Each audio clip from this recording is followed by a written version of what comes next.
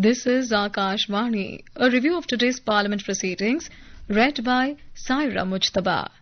First from the Lok Sabha. Writer is Asim Kamal of PTI. Finance Minister Nirmala Sitharaman today said that the budget has proposals for a total expenditure of 53.47 lakh crore rupees for the year 2026-27. Responding to the discussion on the union budget in the Lok Sabha, the minister said that 25.44 lakh crore rupees will go to the states as part of devolution of taxes. She explained that after a study by the Finance Commission, it has been concluded that the funds allocated from the central government to the state governments have been allocated appropriately. Ms. Sitharaman said incentives are being provided to ensure employment opportunities to the youth and persons with disabilities in various sectors. She said emphasis is being placed on the use of AI to accelerate development in various sectors. Ms. Sitharaman expressed gratitude to farmers for making the country self-reliant in the agricultural sector despite many difficulties.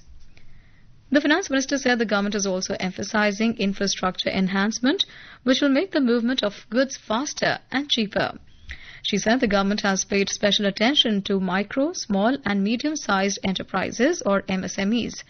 She said the government has clearly announced that medium-sized enterprises with the potential to increase exports will receive additional support. Ms. Sitharaman said any state can apply for the Allied Health Services Scheme, which will combine hospitals, medical education and other allied services within a single campus as per the PM Gati Shakti standards. She said multi-purpose healthcare centres will be created to build medical tourism hubs. She said the idea is to integrate skills into education so that students can become entrepreneurs. Ms. Sitharaman said in order to achieve this, mega entrepreneurship creation centres can be established near the industrial clusters in a state. The Finance Minister said an iconic tourism centre has been announced and there is also a plan to link this with jobs. Ms. Sitharaman stated that the Prime Minister launched the Lakpati Didi program to encourage women in self-help groups, and these groups are being formed in every village. She said the government is working with an eye on employment in every sector. The Finance Minister stated that a coconut promotion scheme has been announced which will provide immediate benefits to 1 crore farmers. Regarding opposition members' allegations that Kerala received nothing, she said the Government of India will ensure benefits for every coconut-producing state, including Kerala. She also said there is no shortage of fertilizers in the country and there is a budgetary allocation of 1.71 lakh crore rupees for fertilizer import. Criticizing the opposition parties, Ms. Sitharaman asked if the Shiva Sena UBT provided land on time, bullet trains would have been running in India. Finance Minister Ms. Sitharaman also hit back at TMC leader Abhishek Banerjee for claiming that there is GST on milk, saying that it is completely untrue. Earlier, participating in the resumed discussion on leader of opposition Rahul Gandhi alleged that the government had compromised Indian interest in the India-US interim trade agreement. Mr. Gandhi said that had an inter-bloc government negotiated the agreement with the US, it would have told President Trump that he should treat India as an equal. He said an India bloc government would have told Mr. Trump that India's energy security is non-negotiable and they're going to protect the country's energy security. Mr. Gandhi said the government talks of energy and financial weaponization, and yet it has allowed the Americans to weaponize our finance and our energy against us. Criticizing the Indo-US deal, Mr. Gandhi claimed that the government has given up control over digital trade rules, removed data localization, allowed free flow of data to the US, limited digital tax and waived source code disclosure while offering 20-year tax holiday to big tech companies. On tariffs, he said that at the beginning there was a 3% average, but it has now gone up to 18%. Hitting out at Rahul Gandhi, Union Minister Kiren Rijiju and BJP leader Anurag Thakur said that successive electoral losses have made the Congress leader so bitter that he has started hating India and its constitutional institutions. Countering Mr. Gandhi's claims that the government has sold out India's interest in the trade deal with the US, Mr. Rijiju said that Prime Minister Modi was the strongest Prime Minister the nation ever had and his leadership was unshakable. Rijiju said no one has the audacity to sell out India. Participating in the debate, BJP member Anurag Thakur said the electoral losses have filled Mr. Gandhi with hatred and he hates parliamentary rules, the Speaker, constitutional institutions, the Prime Minister and has now started hating India as well. Countering Mr. Gandhi's comments of the US having a chokehold on India, Mr. Thakur said that during the UPA rule, 11 of 12 banks were under the stranglehold of the Protective Corrective Action Framework. He said the Modi government has recovered 10 lakh crore rupees in bad loans and gave banks a healthy balance sheet. Mr. Thakur accused Mr. Gandhi of shedding crocodile tears for MSMEs, saying Congress-led UPA government gave a free pass to Chinese products for Indian markets at the cost of domestic entrepreneurs. Mr. Thakur said the Congress used to demote MSMEs while Mr. Modi promoted MSMEs. Participating in the debate, Shiva Sena MP Shrikant Shinde also hit out at Mr. Gandhi, saying he was dreaming about making a deal with the US, but such a thought is far-fetched and he should first try to deal with partners of the India alliance. LJP Ram Vilas member Arun Bharti welcomed the budget, saying that Bihar was witnessing development due to the progressive policies of the NDA government. He said Bihar was always discriminated against and marginalized, which is why development never happened in the state. He said migrant labourers from Bihar travelled far and wide in search of employment because the state was not developed enough to provide employment. He said the state that was dismissed as Bimaru is now emerging as the pride of New India.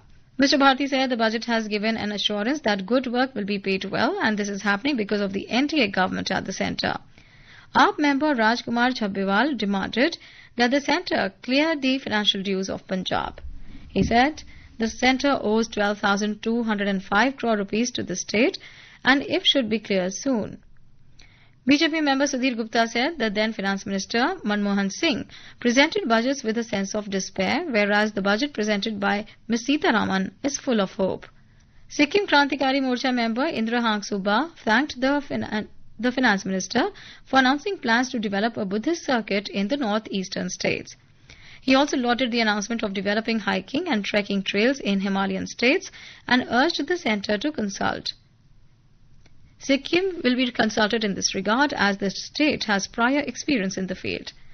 Azad Samaj Party Kashiram member Chandrasekhar said unemployment was the biggest problem facing the nation and demanded targeted employment schemes for the SC, ST and OBC communities.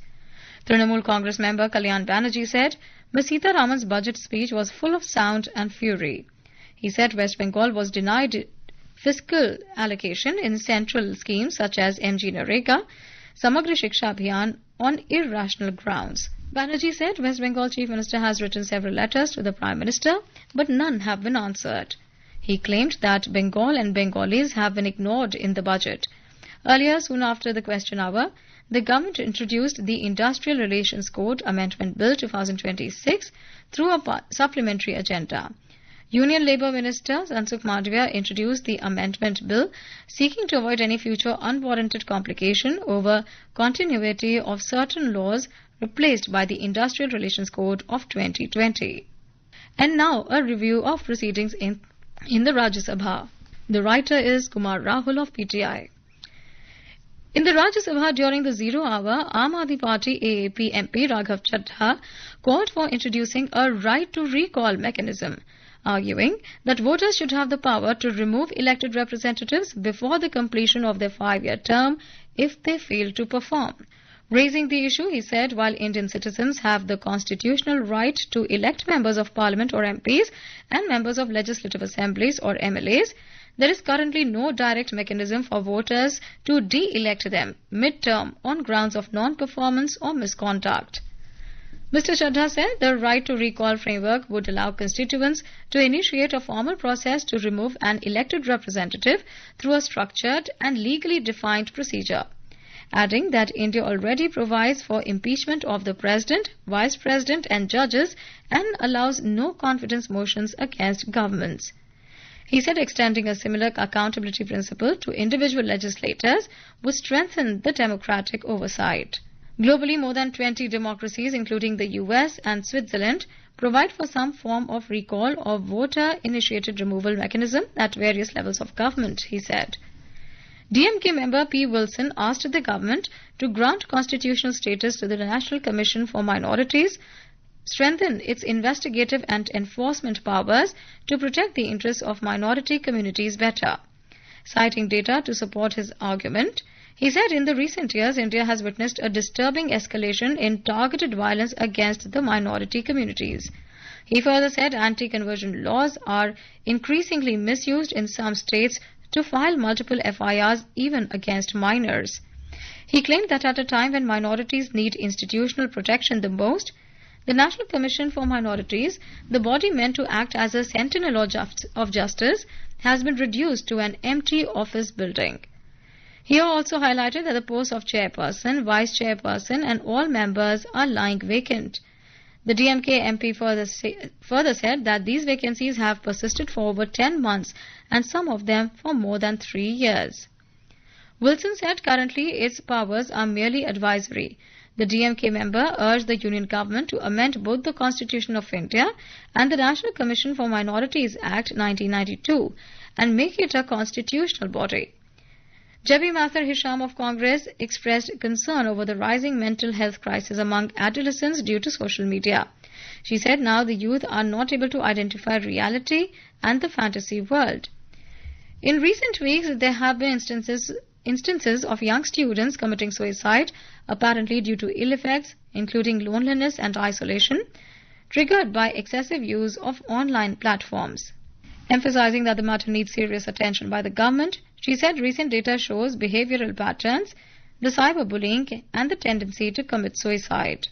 AAP member Ashok Kumar Mittal stressed the need for fixing accountability of public servants to curb administrative apathy in the wake of deaths due to potholes and the delayed response of the administration. Other issues raised during Zero Hour included the stray dog and monkey menace by Javed Ali Khan of the Samajwadi Party. Sanjay Kumar Jha of JDU wanted Darbhanga Airport to be made an international airport, while Ashok Singh of Congress raised the issue of the impact of the trade deal with the US on soybean farmers in Madhya Pradesh. While BJP's Babubhai Jesangbhai Desai raised the issue of growing misuse of digital media, his party colleague Lakshmikant Bajpai wanted an AIIMS to be set up in Meerut to meet the medical needs of residents of western Uttar Pradesh. Post-lunch session in the Rajya Sabha resumed on the Union Budget 2026-27. Participating in it, JDS member and former Prime Minister A.G. Devegowda said, growth alone is not enough. Asserting employment must be at the centre of policy making.